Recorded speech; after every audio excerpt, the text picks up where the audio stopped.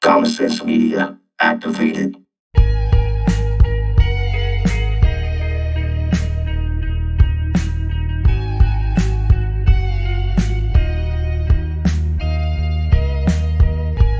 You are now entering Dad Mode, a podcast with a dad's eye view. And we are your host, the Dad of Steel, Mr. E. James, and the friendly neighborhood amazing dad, Rich. Yes, y'all. Let's go. My friend, What's going on? it's been a long time coming. Yes, it has. It's been a long time. I'm so excited. Yay. So, I am really excited to do this. Ditto. Now, Rich is my best friend. My bestie, bro. Yeah. And we're both fathers, if you couldn't guess by the name of the podcast.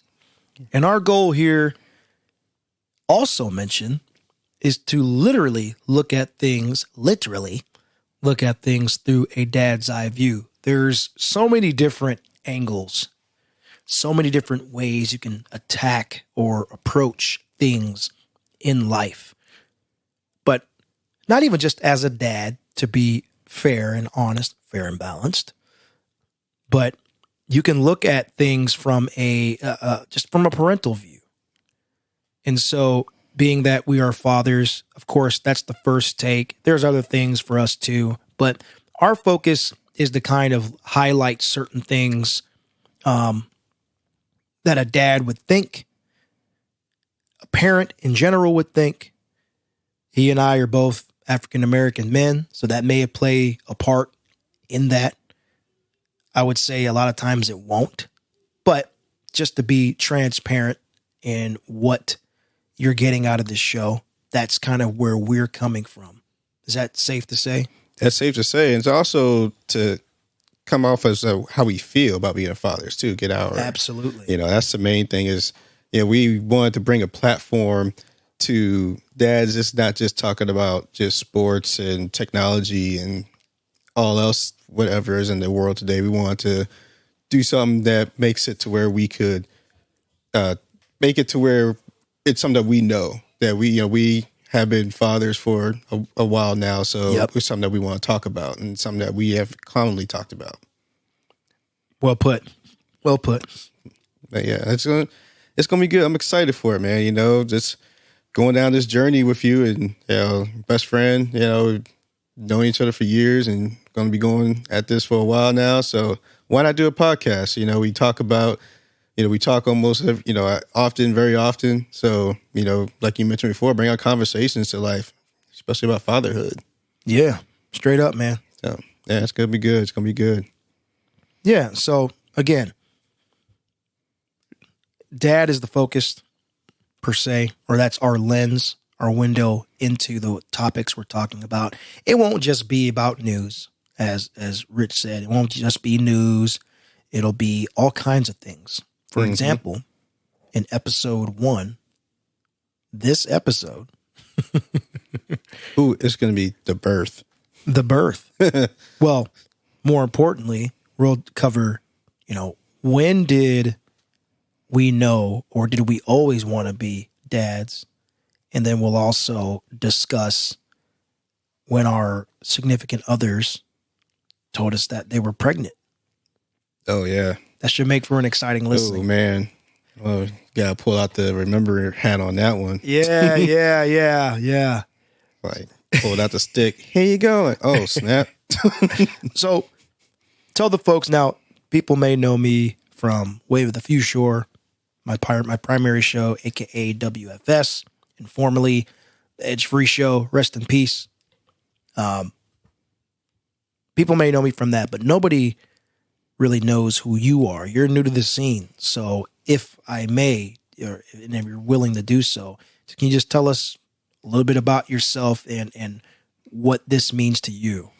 Yeah. So Rich, it's I'm a father, and I'm a father of two. and it's been a great journey so far. And this is something that I've always thought about wanting to do, as far as doing a podcast, just because it's everybody's doing it, of course, but it's something that I can put my I can put myself out there, and I want to be able to show, have the world listen to me and be able to say, for my experiences and how I've done and and what I've done in my life to where I can become a father and talk about father topics. And this, it's something that I've always wanted to do, especially with you. It's something that we've talked about doing a podcast, doing sports, doing things like that. But when you brought this up, it was like, oh man, that's a really good thing. Talking about fathers, and there's nothing out there like that, and that made me really giggity about it. Like, no, I want to talk about this. So that's something that. A shout out to Mrs. to your missus in particular for giving us our tagline, a podcast with the dad's eye view. Yeah. That's perfect. Yeah, it was. When she mentioned that, I was like, oh, wow. Yeah. And she's a creative genius, and I will, I'm really blessed to have that in my corner, and she's a really thoughtful person. She's one of those people that comes up as really creative when it comes to designs, graphic designs, to logos, to slogans, to pictures, and just everything. She is really creative on that. When she mentioned that and told you and us about it, it was like, oh wow, this is it's a good punny kind of saying. So shout out, babe. I love you. Hey, behind every good man is a good woman, and we wouldn't be dads without the women who have carried our bundles of joy for 9 months. Yeah. Some a little less, some a little more. Yeah, yep, exactly. And those are, as a father, I'm glad that we don't have to go through that, but it's something that they need to be recognized.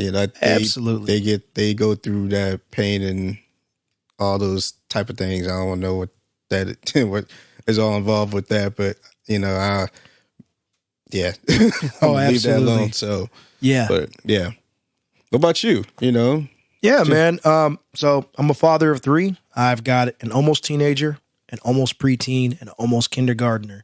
So this year is the last year of the phase that they're all currently in before we hit milestones next year. So I've got 2 girls and a boy. My son's the youngest. He's a pain in the butt. I love him. Yeah. They have a way of doing things that really let you know that you're alive. Yeah.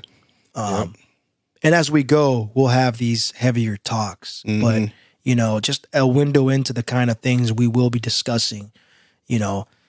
One for the feels. My son told me yesterday, I was coming down the stairs of our front door, and he said, "Dad, you're my best friend." And I was like, "Yeah, bro, I feel that." But then he goes, "But there's a caterpillar in the bushes."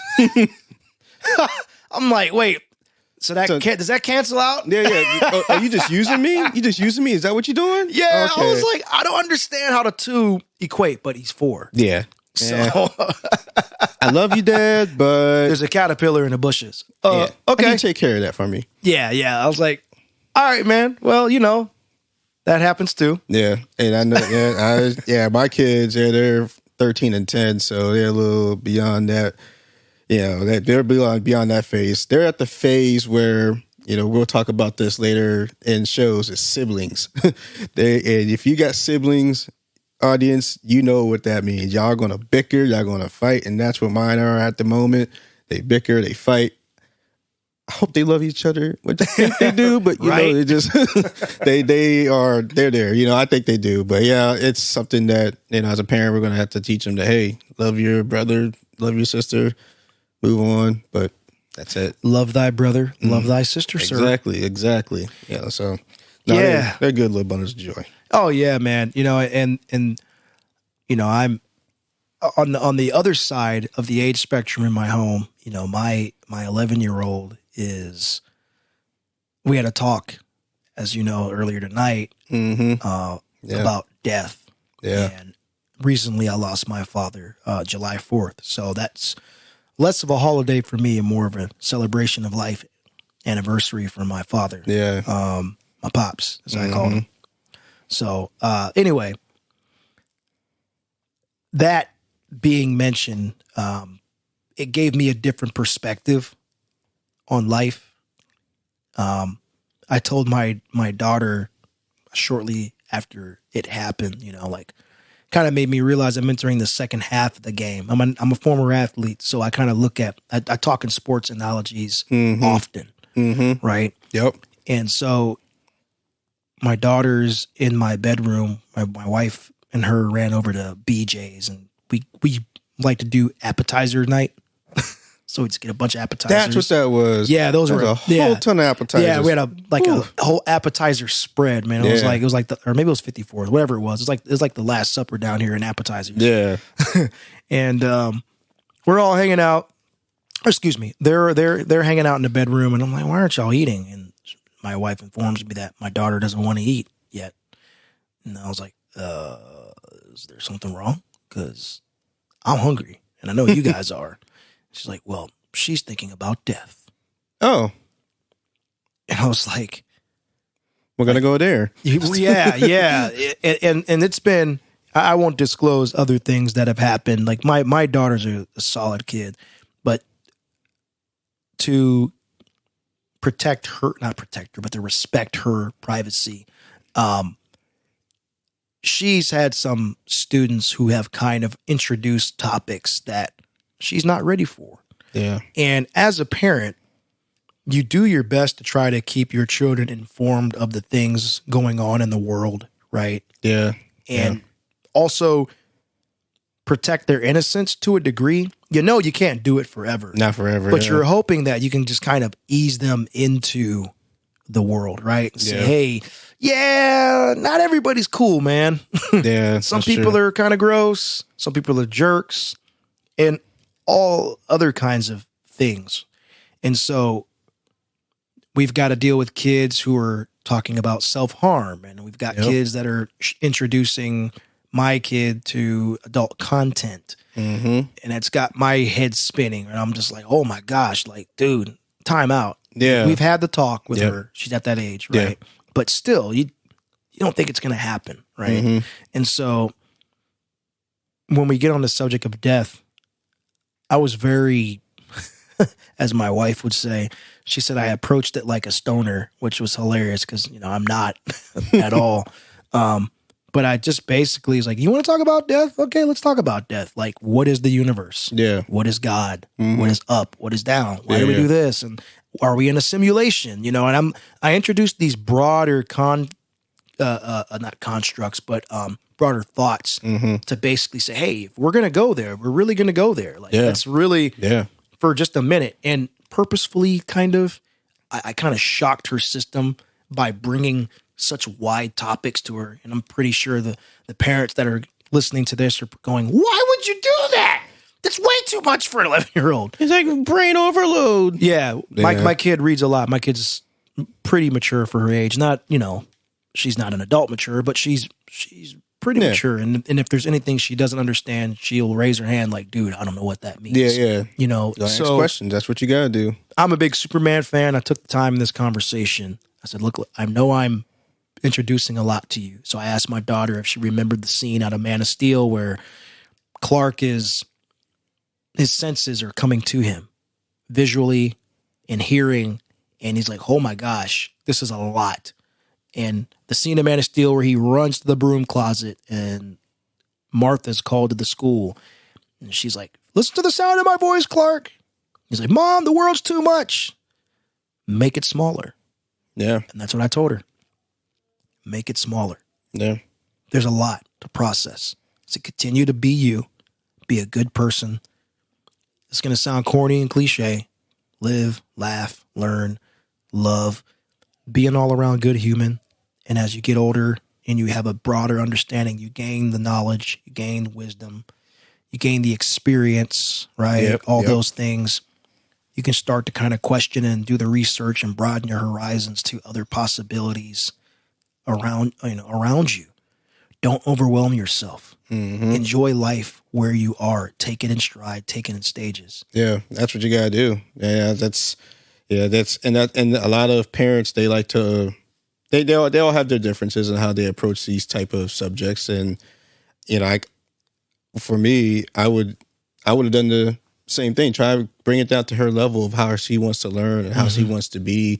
Because some kids may not understand it. So now you brought it to their attention. It's like, okay, I can live with that. And it's a tough thing to talk about, especially when it's somebody that had been a part of your life, for so long, and then just a lot of things at that age can come across, and there's a lot could be overturned, or a lot could be mentioned, but it's more of just got to figure it out. Like, hey, this is how you going to teach it to you. How you going to teach it to your child? So I saw that.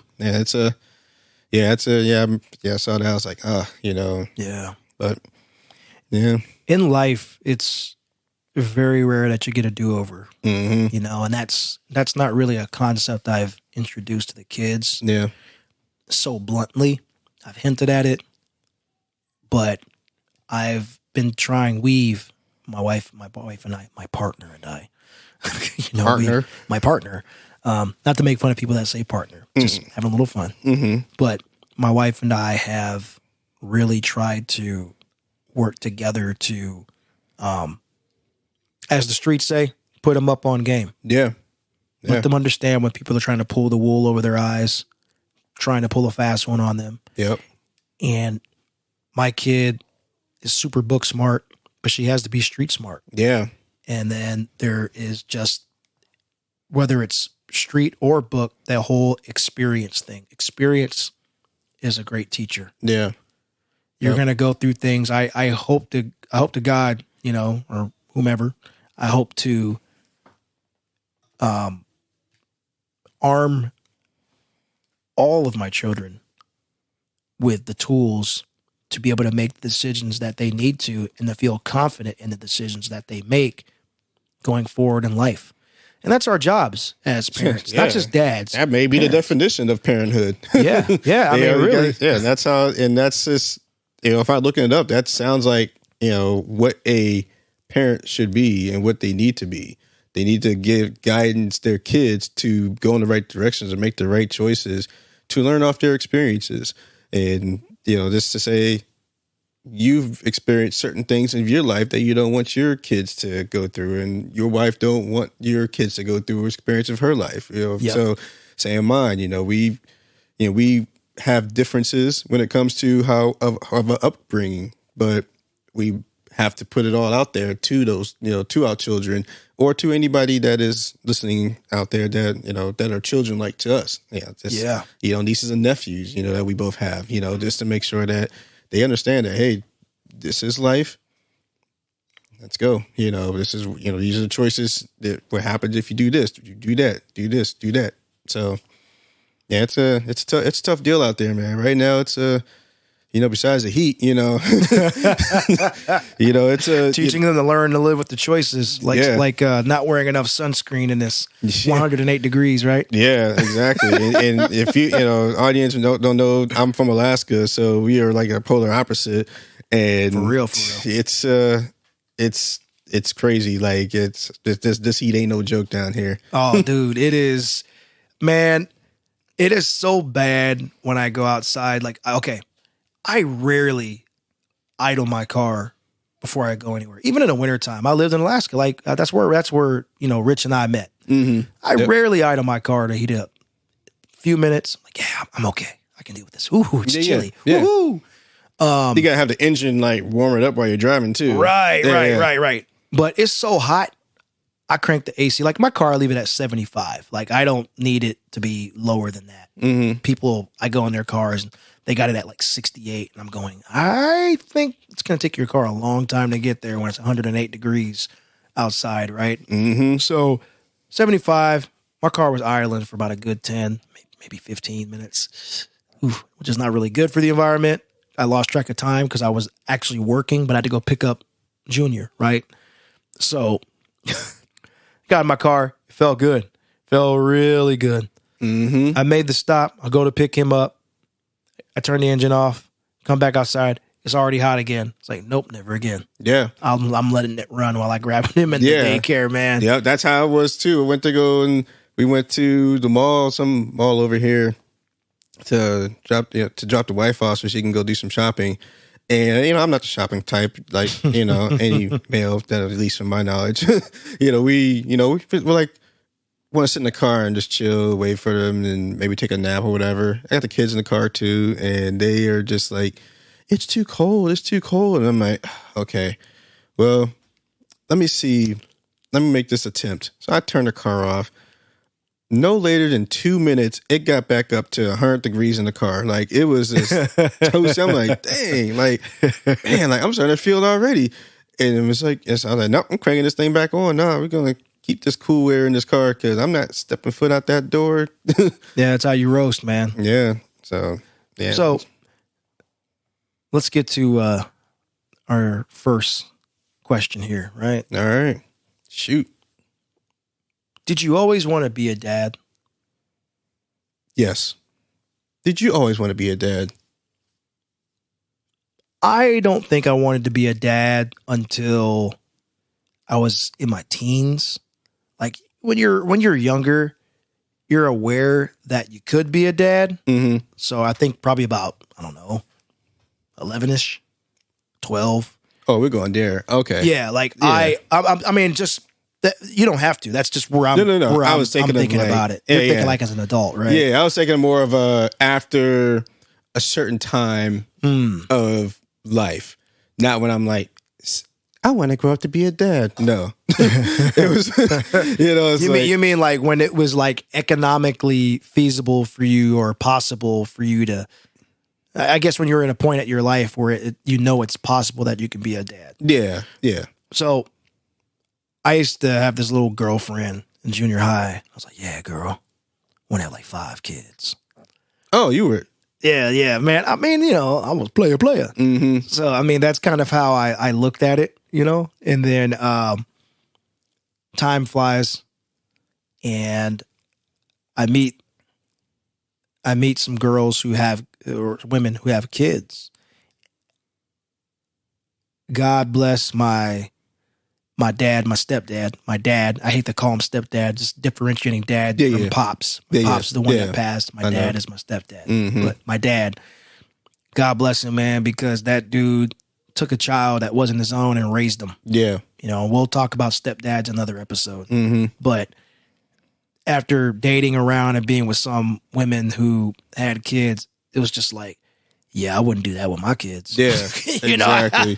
And they have their different philosophies on parenting. Yeah. But what can you say, right? Mm-hmm. Because you're just the guy dating them. Yeah. So you could try to step in and let your voice be heard, but if you don't have that long-term relationship. Yep.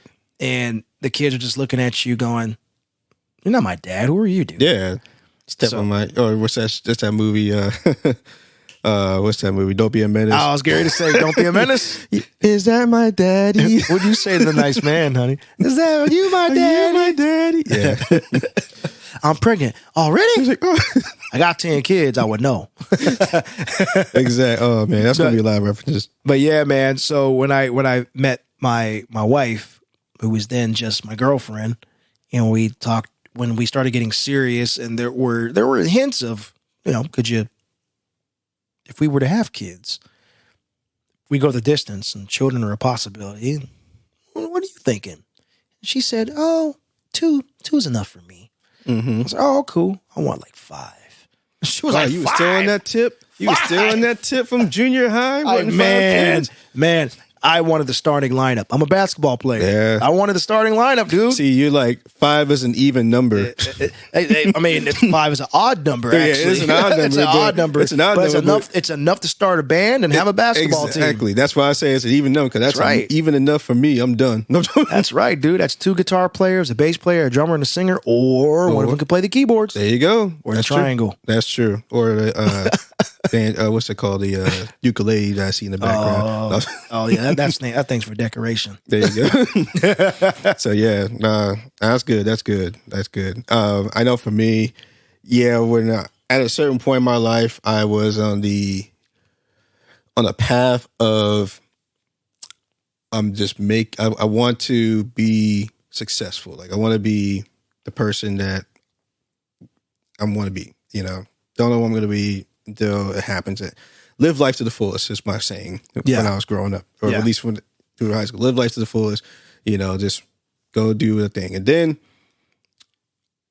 the older you got, the more you understood that, hey, I need to get a family, especially living on the name, So, and, for me, I only got a sister. I got an older sister and a younger sister and a younger brother. So the name isn't going to live long, with that many amount of kids, or with it, especially with two, you never know what's going to happen.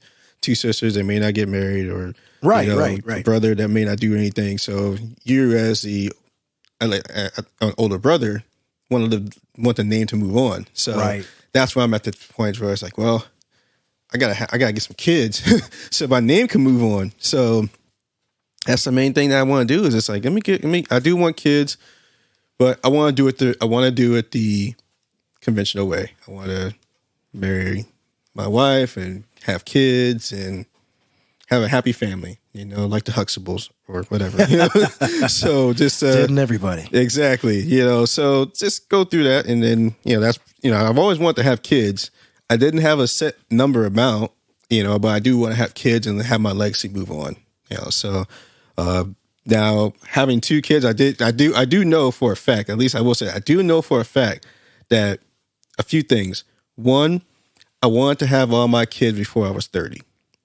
Check that box off. Nice. By both kids. I did want my boy and a girl before I was 30. Boom. Check that.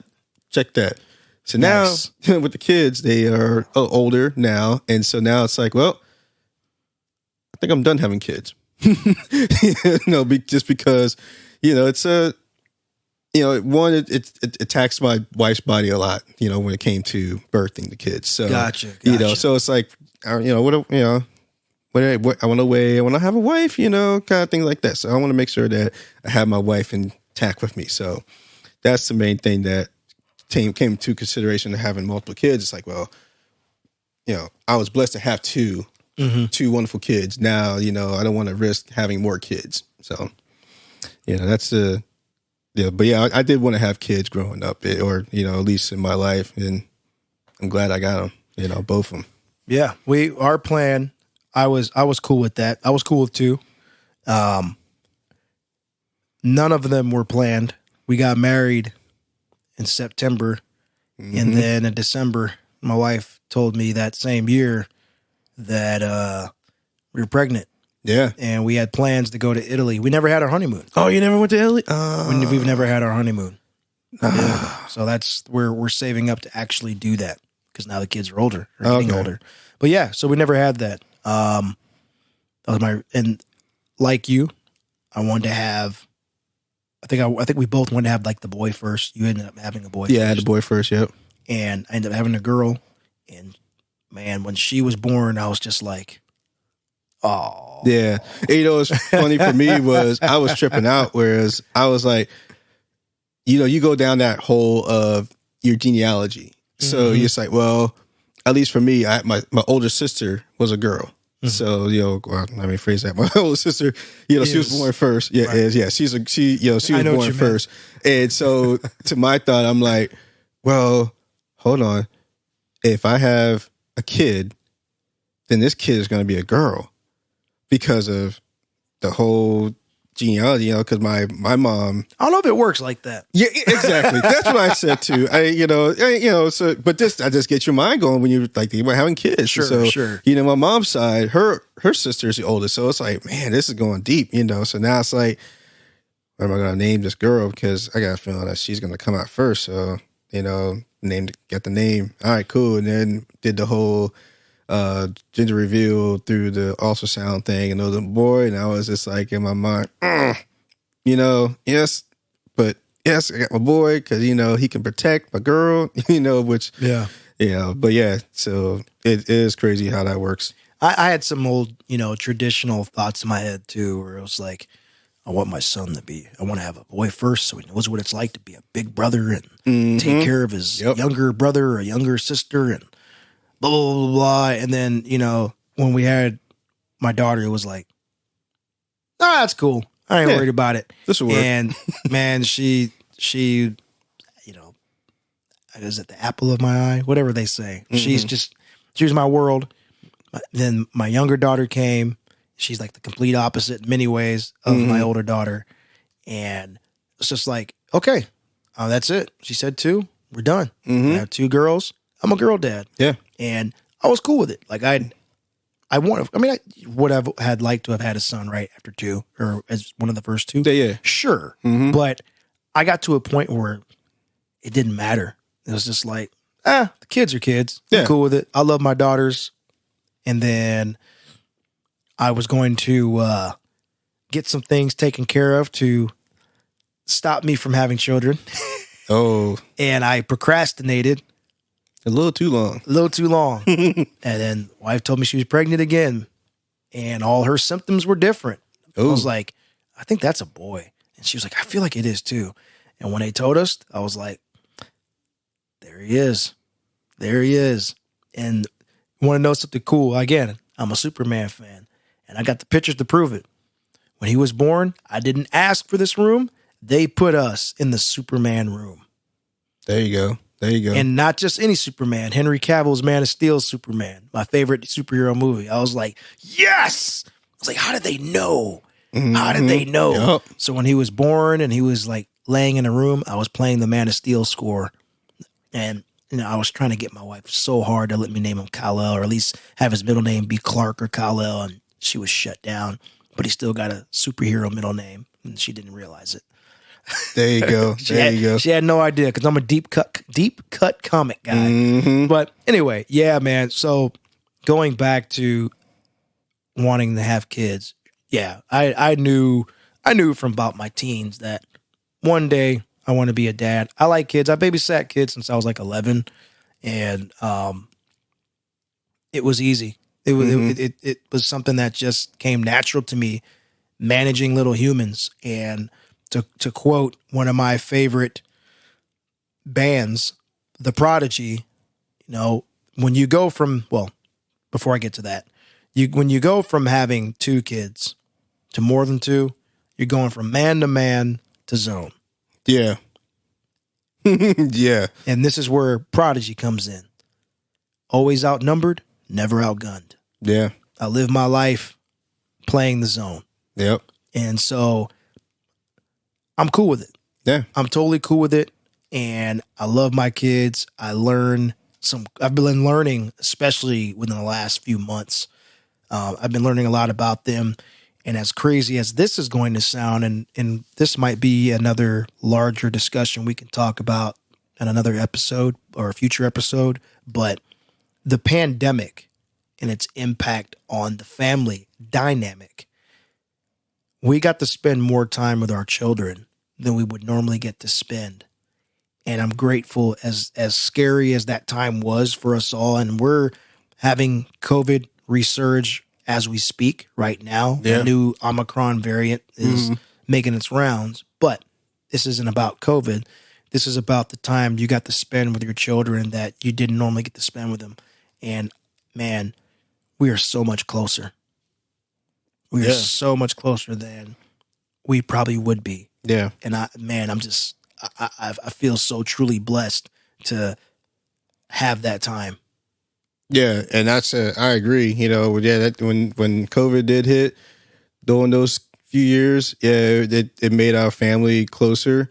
It made us understand what family is. And a lot of people, they may have took it differently, but in our family, we took it as, hey, we're in it together. Our family is us. We're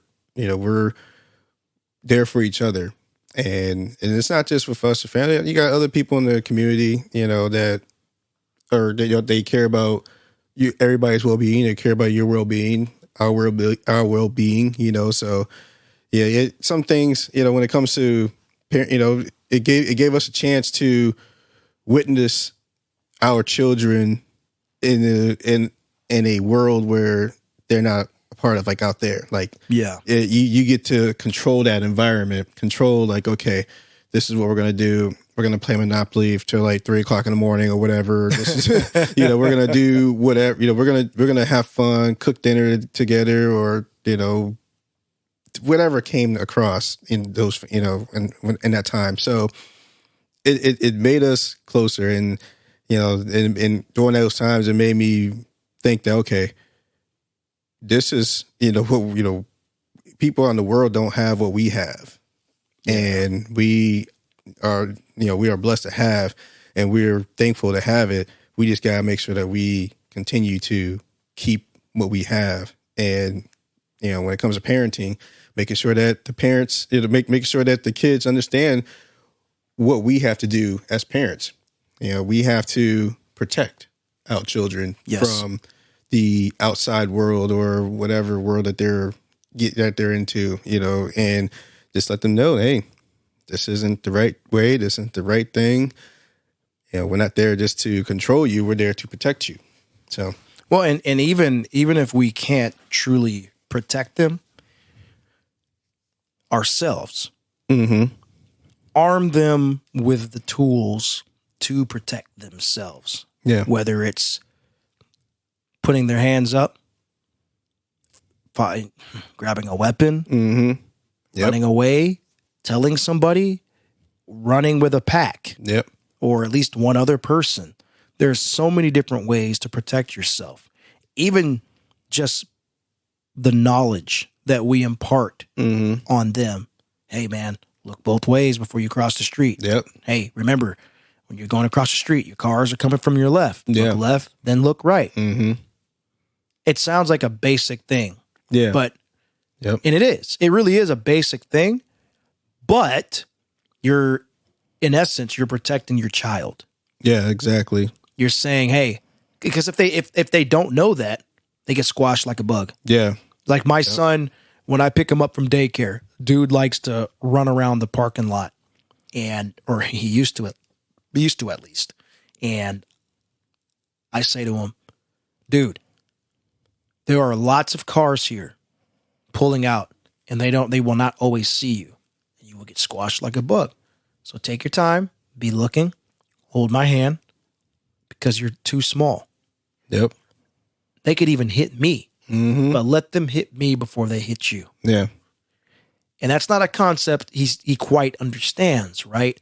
But as he gets older and he hears that voice in his head, speaking of which, have you read that in the Daily Dad, the voice in your head? Oh, man.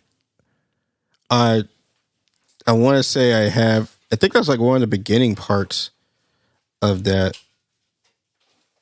Yeah, now I'm trying. Yeah. So for those of you who are unaware, there is a gentleman, and we'll quote this book often. There's a book called The Daily Dad. I bought it for myself, Rich, and Trey of WFS because we're all fathers. With Carr, I bought him The Daily Stoic, something that he and I can read together. And Ryan Holiday is the guy who writes these books. He started with The Daily Stoic, and now we have The Daily Dad, and it's like a paragraph a day. Yeah. And so today's page, and I'm not going to like read the whole thing. I'll just kind of give you the quick hits here. But it's called, what kind of voice are you giving them? And so this basically talks about the voice that they hear inside your head. Have you ever heard before, like that voice that the kids hear inside of their head is their parent's voice? And so this is just basically saying, hey, with the way you parent, and I'm paraphrasing, right? The way you parent your child, what kind of voice are you imparting on them? What are they going to hear in their head when it comes to life and their decision making? And so you talked about that protection, that voice in their head. That's telling them, hey, dude, look left before you go stepping out in the street. Or, hey, that's red. That might be hot. Stovetop. Don't touch that flame. That might burn you. That's the voice that they're going to hear every single day whenever they are seeing something or hearing something. Absolutely. And one day it becomes their own, right? But before it becomes their own, because they're not experienced enough, it's more than likely your voice. Like, oh, That's what Pops was talking about. Okay, I got it. Yep. So, And that's one thing I do love that we got that book, because of the fact that it does gives us great teachings and great understanding of parenting. It's everybody's different when it comes to how they parent their children and parent anything, so it's more of just what's right and wrong as an adult, and what you want your kids to understand. And what they need to understand is they need to understand that life is life, and we're in life is it could be short, it could be long. It's about how you live it. We have no idea how much time we have here. Yeah, exactly. And I know that's one thing I mentioned earlier in the conversation is I want to live life to the fullest, and I now want that to continue to go with my two children, when it comes to how they're going to live their life. Speaking of life, so you're living life. You're a man in a relationship. You're having a good time. Mm-hmm. Date nights are hot. Yeah. It was hot on date night.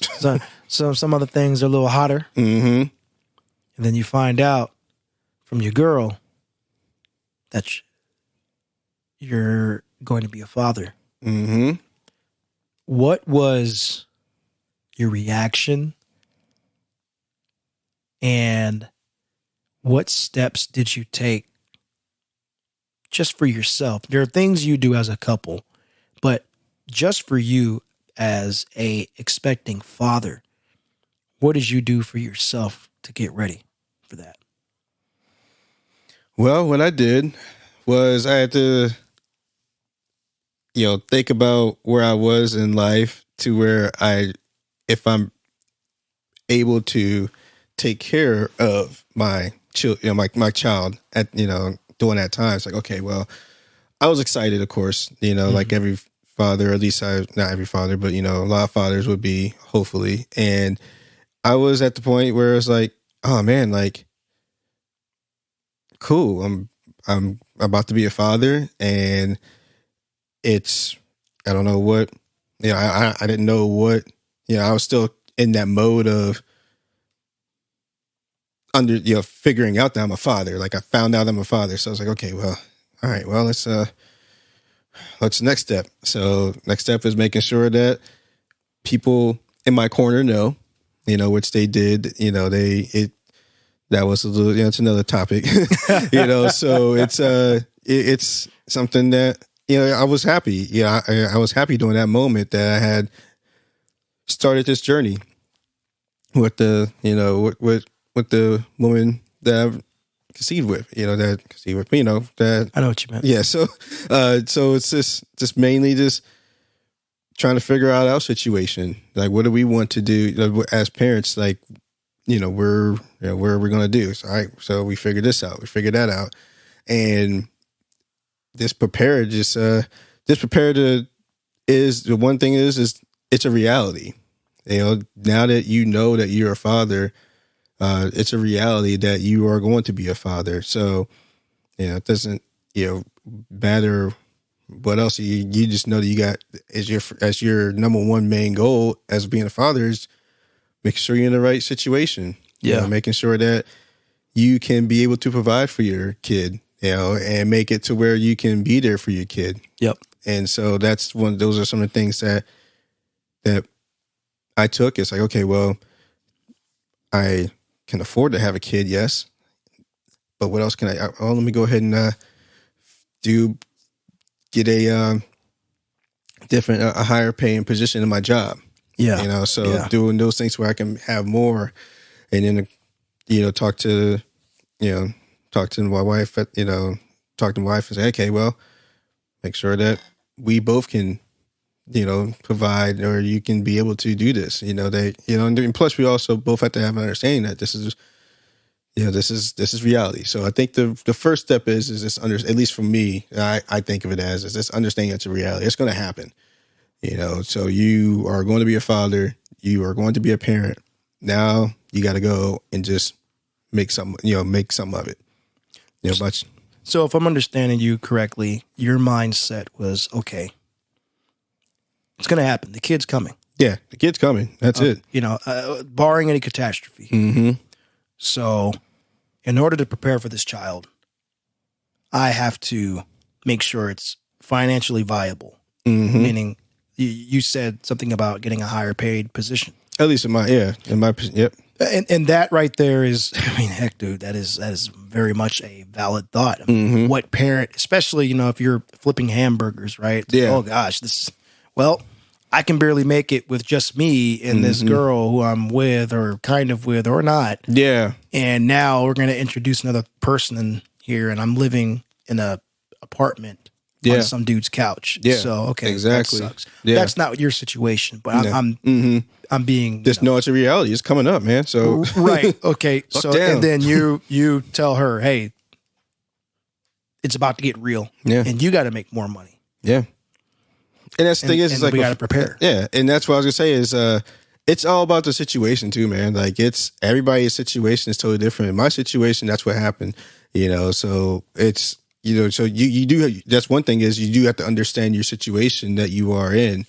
So if you are, like you mentioned, knocking up a girl that you don't know or just whatever, then you got to understand that, hey, what are you going to be?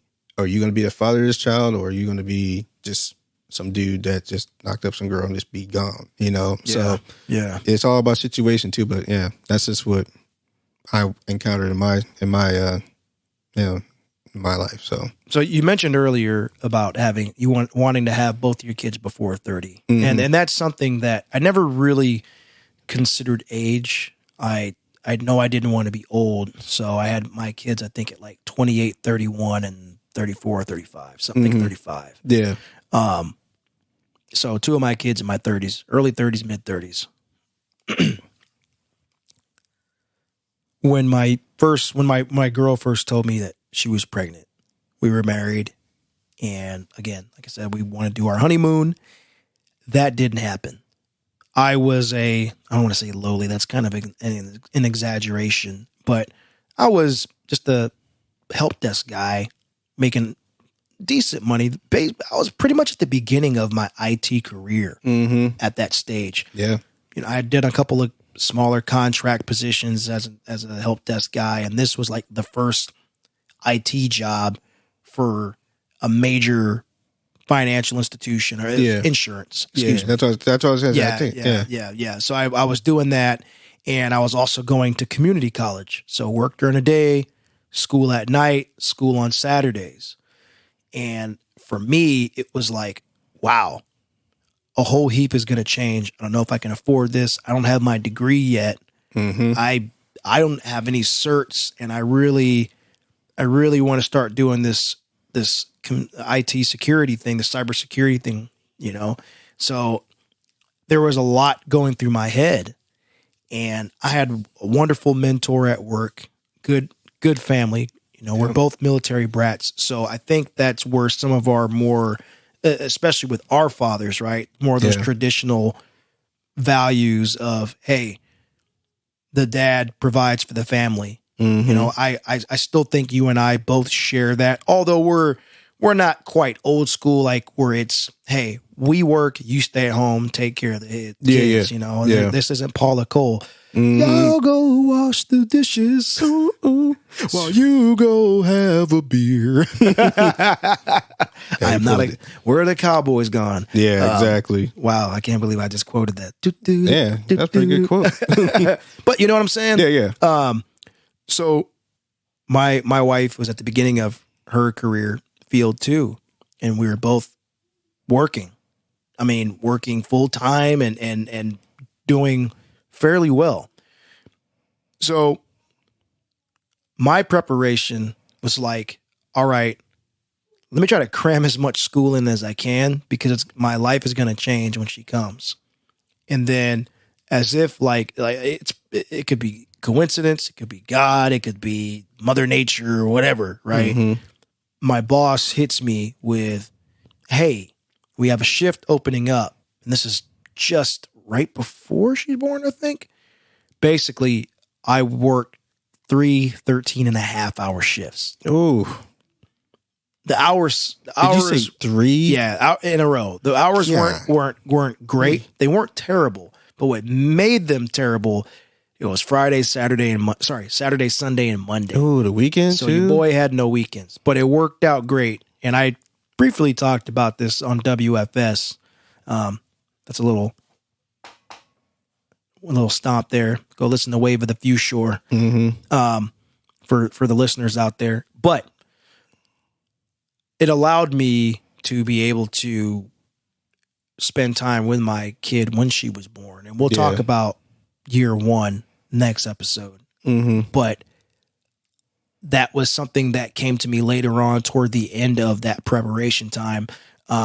We did the classes, right? The birthing classes and having her sit on the medicine ball and do the breathing. You know, there's all that couple stuff that you do. But for me, it was just like wow, I'm going to be a dad. I'm going to be a pops. Yeah. I'm going to be Peppy. Papa. Yeah, exactly. And so I had some good talks with my parents and my grandparents and close friends, and you had already had my nephew. So I talked to you quite a bit about it. I still remember what you said. Hey man, I'm proud of you. Yeah, I was. It was just so funny to put it that way. I never heard anybody. So I said the same thing to my friend Booty Pants, as we call them, ABP. And I was like, dude, I'm proud of you. You know, I borrowed your line. He goes, I had sex with my wife. Yeah. I was just like, okay, cool, man.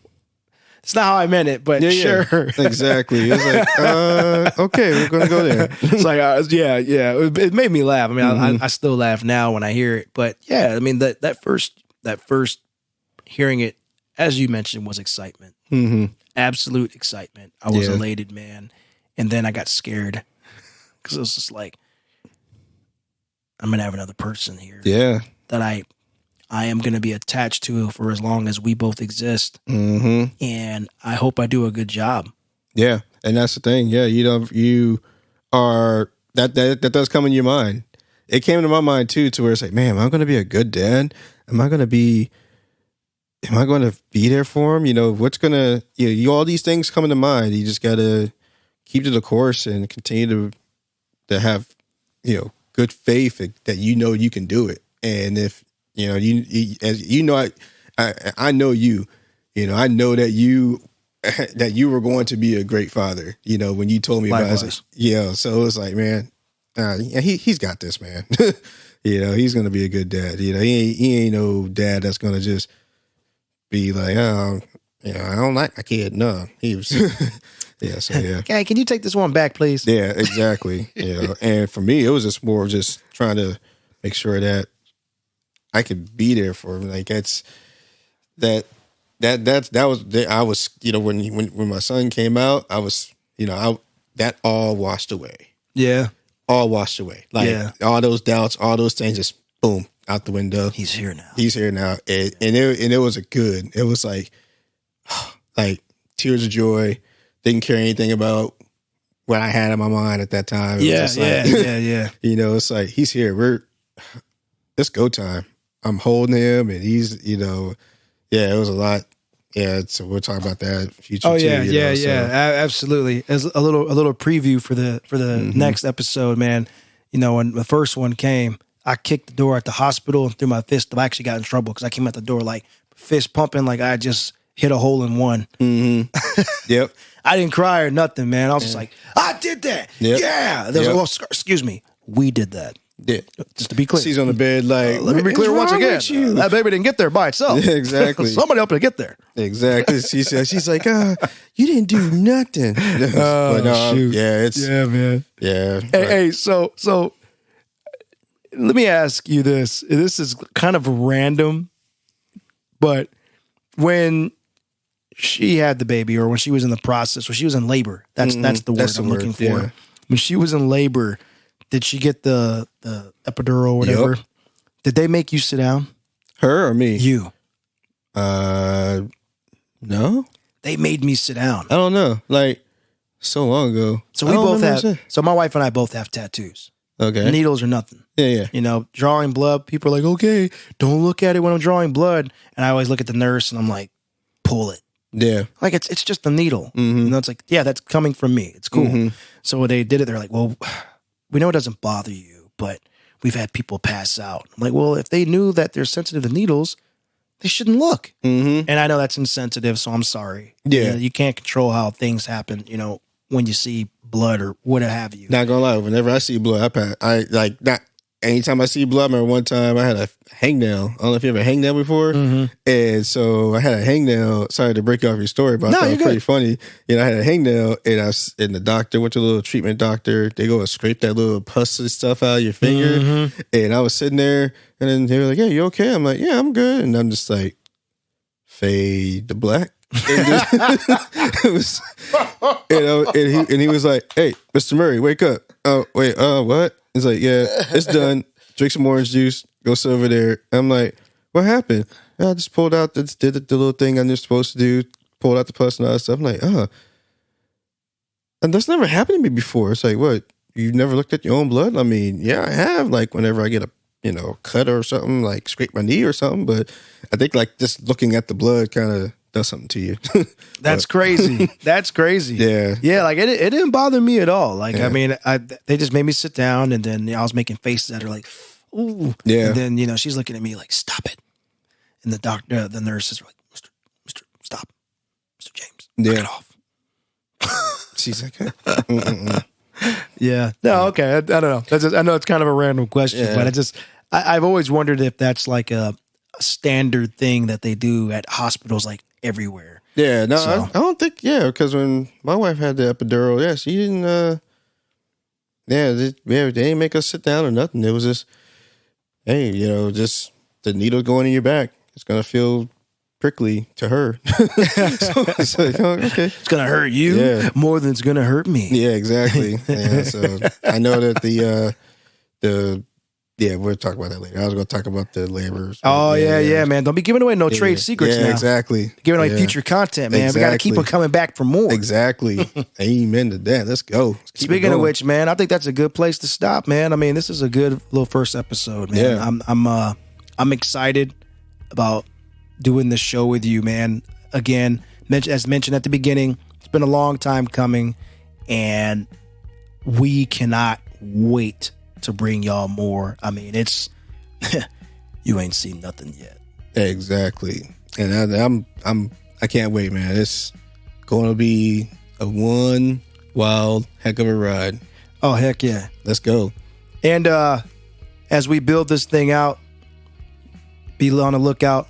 We'll get the social media thing going. We'll get the Patreon thing going, and the email address, because we want to know what y'all want to hear. Yeah, that's what I was going to say. Yep. We want to know what you want to hear. We want to know your experiences, because we ain't the only dads out there. So in the meantime, you can find me at Eat Can Talk on Instagram, Threads, and X. X? What? That's Twitter's new name. Oh, snap. See, when you're a dad, that's how I know you're not listening to my show. No, man. Oh, man. Yeah. What about you, man? Do you want anybody to hit you up? If you got my phone number, there you go. Hey, that works. I'm not in the social media game, which I'm probably going to have to be at some point, but I'll hit you up with that later. AKA, I'll be running the social media for us. There you go. So like I said, you got my number, hit me up.